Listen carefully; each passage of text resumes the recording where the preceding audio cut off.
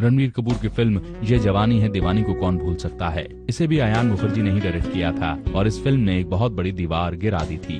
बात दरअसल यूं रही, जब रणबीर कपूर फिल्मों में आए तब फिल्म बचना है हसीनों की शूटिंग के दौरान इनकी नजदीकियां बढ़ी इनकी हीरोइन दीपिका पादुकोण के साथ। बात यहाँ तक पहुँच गई थी कि दीपिका पादुकोण ने अपनी गर्दन पे एक टैटू बनवाया था और उस टैटू में लिखा था RK। हालांकि कुछ वक्त के बाद ये रिश्ता टूट गया।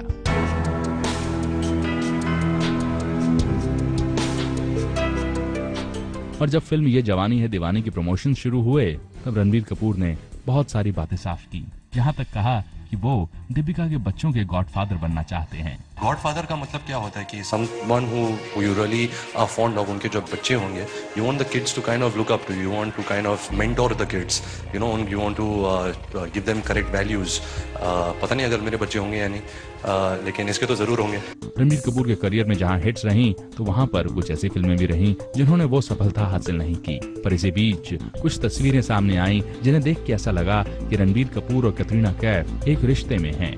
ये बात भी कही गई कि अजब प्रेम की गजब कहानी फिल्म की शूटिंग के दौरान ये नजदीकियां बढ़ी थीं। Yes, I would love to be a part of it। Ranbir Kapoor ने अपनी मम्मी नीतू कपूर और पिता ऋषि कपूर के साथ फिल्म बेशरम में काम किया, पर बॉक्स ऑफिस पर यह फिल्म औंधे मुंह गिरी। There are few times that the entire film fraternity comes together to celebrate each other's work।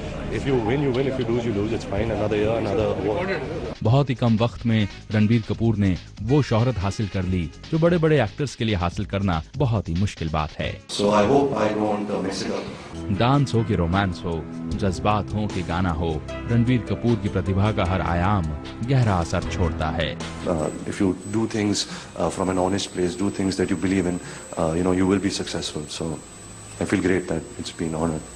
भारतीय सिनेमा के इतिहास में कपूर खानदान का ये चिराग एक अनोखी रोशनी बन के आया है।